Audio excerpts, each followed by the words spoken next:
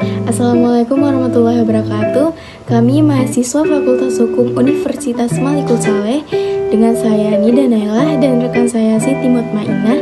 Di sini kami akan mempresentasikan hasil kerja kelompok kami dengan mata kuliah Ilmu Negara dan dosen pengampu Ibu Eli Darsari dengan judul Biografi Plato.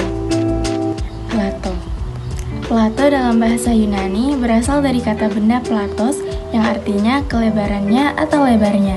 Julukan yang diberikan oleh pelatihnya tersebut menjadi panggilannya sehari-hari, bahkan kemudian menjadi nama resmi yang diabadikannya lewat seluruh karyanya. Plato dilahirkan sekitar tahun 428 sebelum Masehi di Athena dan meninggal pada tahun 347 sebelum Masehi dalam usia 80 tahun.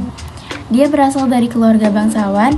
Ayahnya bernama Ariston, seorang bangsawan keturunan Raja Kodrus, raja terakhir Athena yang hidup sekitar 1068 sebelum Masehi, dan ibunya yang bernama Priktion.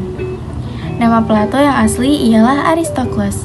Julukan Plato ia peroleh dari seorang pelatih senamnya karena ia memiliki dahi dan bahu yang amat lebar. Yang kedua, ada karya-karya Plato. Dapat disimpulkan bahwa karya-karya Plato terdapat dalam dialog-dialog. Dialog Plato tersebut dibagi atas 3 periode. Yang pertama, Apologia, Kriton, Euthyphron, Laches, Charmides, Lysis, Hippias, Minor, Menon, Gorgias, Protagoras, Euthydemus, Cratylus, Phaedon, Symposion. Dan yang kedua ada Politeia, Phaedros, Parmenides, Theaetetos.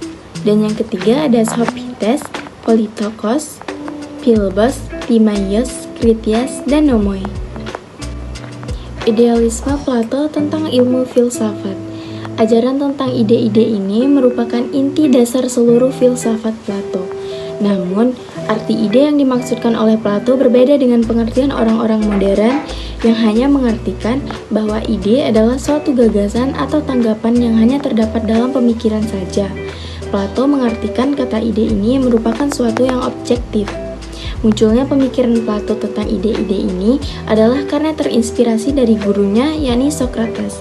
Karena pemikiran gurunya inilah, Plato kemudian meneruskan usaha gurunya tersebut. Menurut dia, esensi itu mempunyai realitas terlepas dari segala perbuatan konkret. Menurut Plato, realitas terbagi menjadi 2, yaitu yang pertama, dunia indrawi, dan yang kedua, dunia ide. Ajaran nilai Plato. Plato juga mengeluarkan pemikiran yang berkaitan tentang ketatanegaraan tertera dalam bukunya Polites dan Nomoi. Pemikiran tentang negara ialah untuk upaya memperbaiki keadaan negara yang telah rusak dan buruk. Menurutnya, negara yang ideal harus terdapat 3 golongan yang menjadi bagian terpenting dalam negara. 1. Golongan tertinggi. 2. Golongan pelengkap atau penengah. 3. Golongan terendah atau golongan rakyat biasa. Adapun para guru Plato ialah Pailampes, Critias, Cratylus, dan Socrates. Kesimpulan, Plato adalah tokoh filsafat yang sangat terkenal pada abad Yunani kuno, dan di antara lain dia pemerintahan pada abad 427 sampai 370 Masehi. Dia seorang tokoh yang sangat bijaksana dan pandai dalam mengatur pemerintahannya.